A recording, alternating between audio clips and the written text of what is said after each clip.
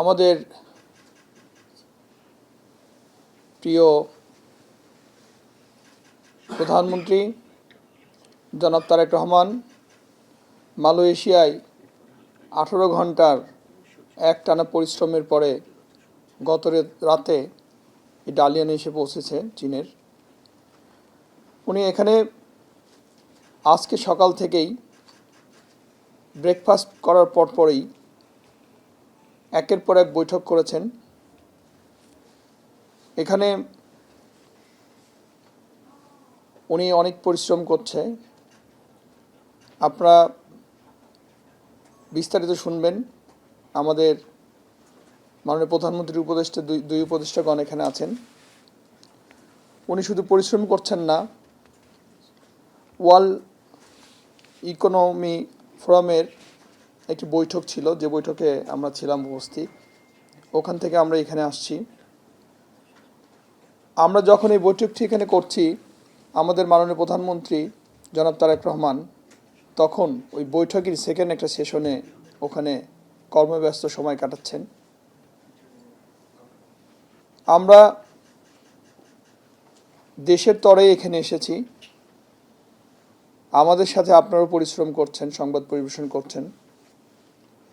ইনশাল্লাহ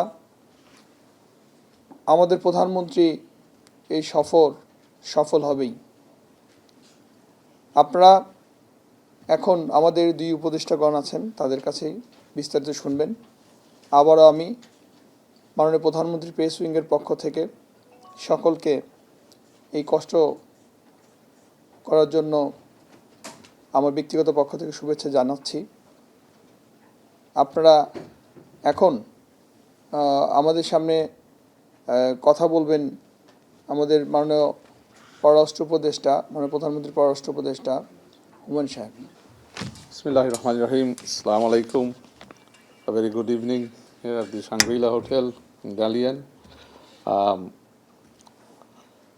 সম্মানিত Additional Press Secretary to the Prime Minister, জনাব হুমায়ুন সাহেব, প্রধানমন্ত্রীর কার্যালয়ের মুখপাত্র জনাব মাহদি আমিন সাহেব সহ আমার সকল সহকর্মী, প্রেস টিমের কলিগস, প্রাইভেট অফিসের colleagues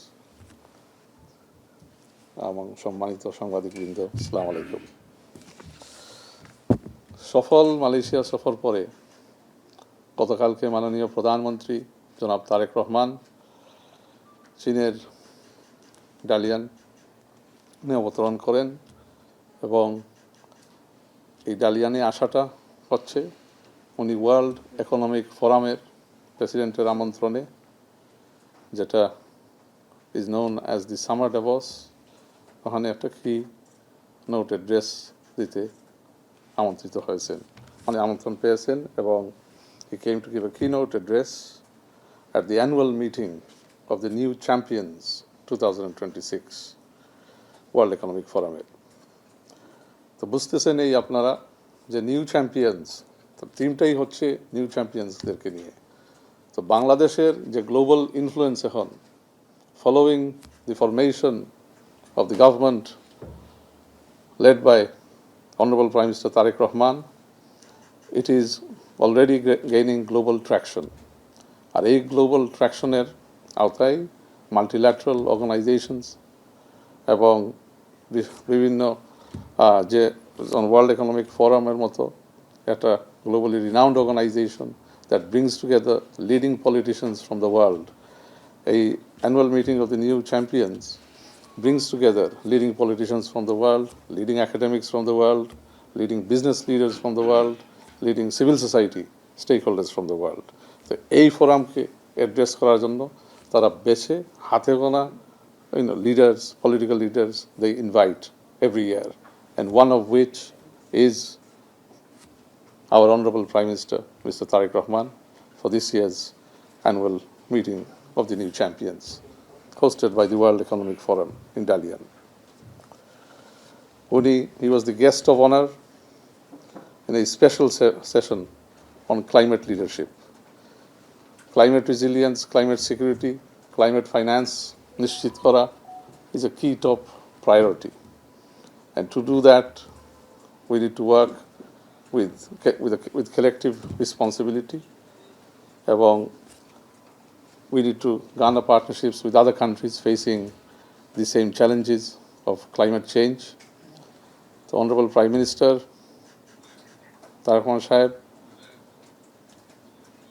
pays special attention to that fact and top priority in garnering support across the world in addressing the challenges of climate change. So he took up the invitation from the World Economic Forum to address a distinguished gathering of politicians, academics, business leaders, civil society on the matter of climate leadership this afternoon. On the sidelines of the World Economic Forum, we also met key business leaders from the China Railway Construction Corporation, as well as the China Road and Bridge Corporation. The discussions are ongoing. There will be discussions on various trade investment aspects as the visit moves on.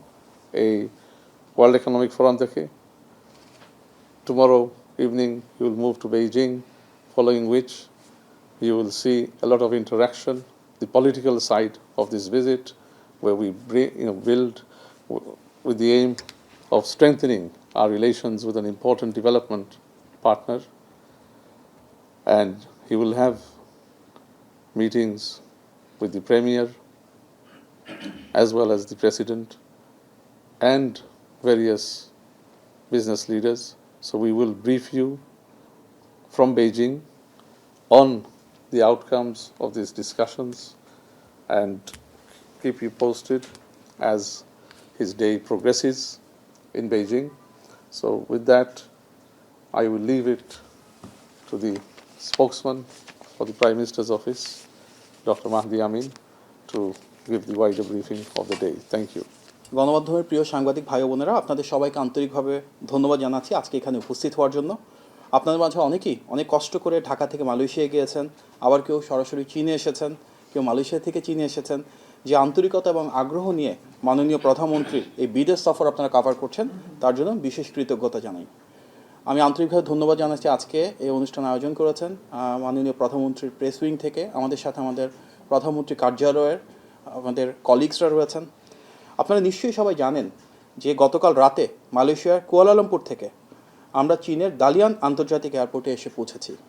Malaysia থেকে চীনের দালিয়ানে মাননীয় প্রধানমন্ত্রী ও তার সহধর্মিণী doctor Zubaida রহমানের সাথে আমরা 21 সদস্যের সংক্ষিপ্ত একটি প্রতিনিধি দল এসেছি, যেখানে মন্ত্রী, প্রতিমন্ত্রী ও উপদেষ্টা পদমর্যাদার 8 জন রয়েছেন।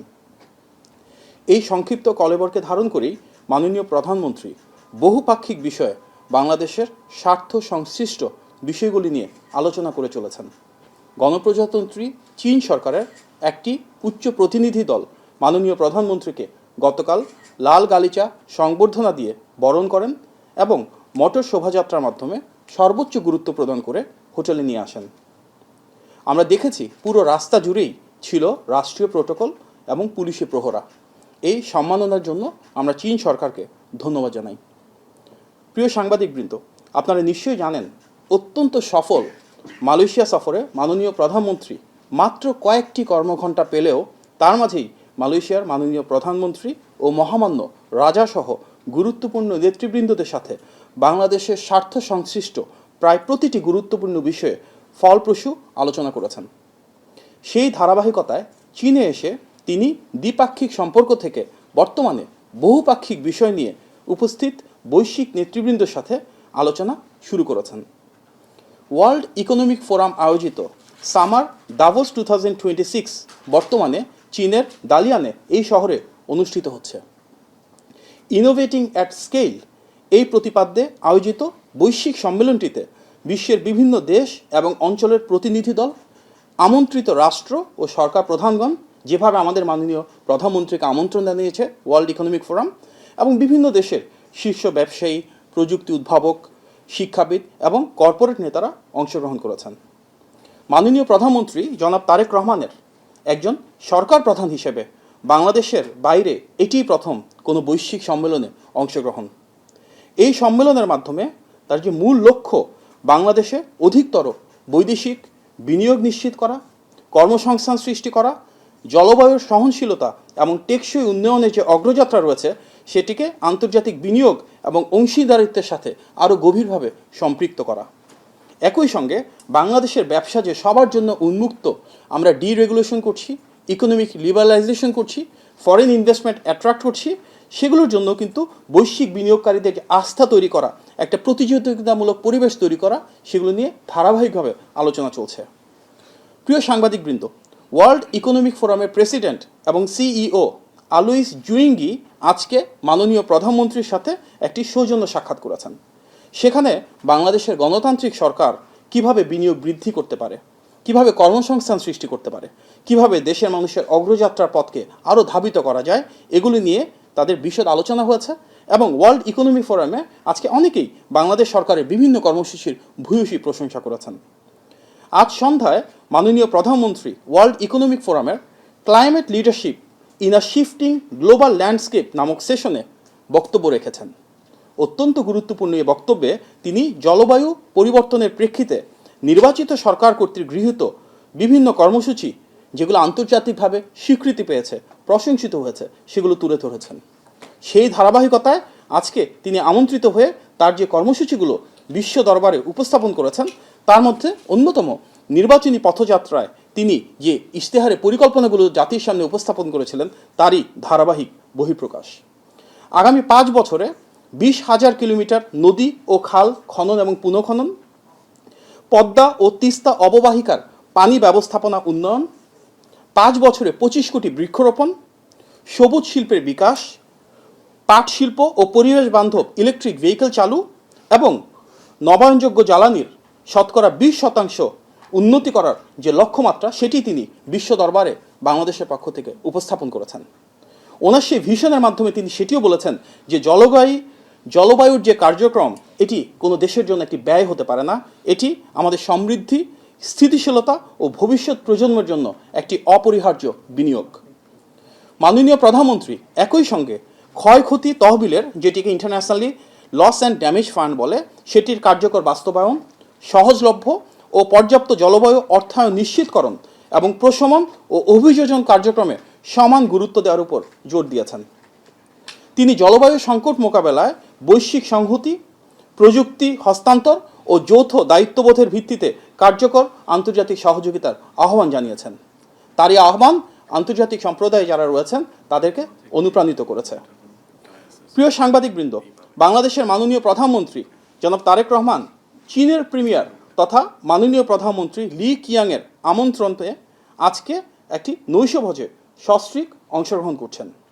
সেখানে বাংলাদেশের পাশাপাশি দক্ষিণ কোরিয়ার মাননীয় প্রধানমন্ত্রী কিম মিন সিওক, মঙ্গোলিয়ার মাননীয় প্রধানমন্ত্রী নিয়াম ওসুইন উচরাল, গিনির মাননীয় প্রধানমন্ত্রী আমাদু উরি বাহ, মন্টিনিগ্রোর মাননীয় প্রধানমন্ত্রী মিলাজকো স্পাচিস, কাজাকিস্তানের মাননীয় প্রধানমন্ত্রী ওলচাস বেকটেনেভের সাথে, অর্থাৎ 60টি দেশের সরকার প্রধানের একসাথে রাষ্ট্রীয় ভোজ এবং উন্মুক্ত আলোচনার দুয়ার আজ উন্মোচিত হতে যাচ্ছে।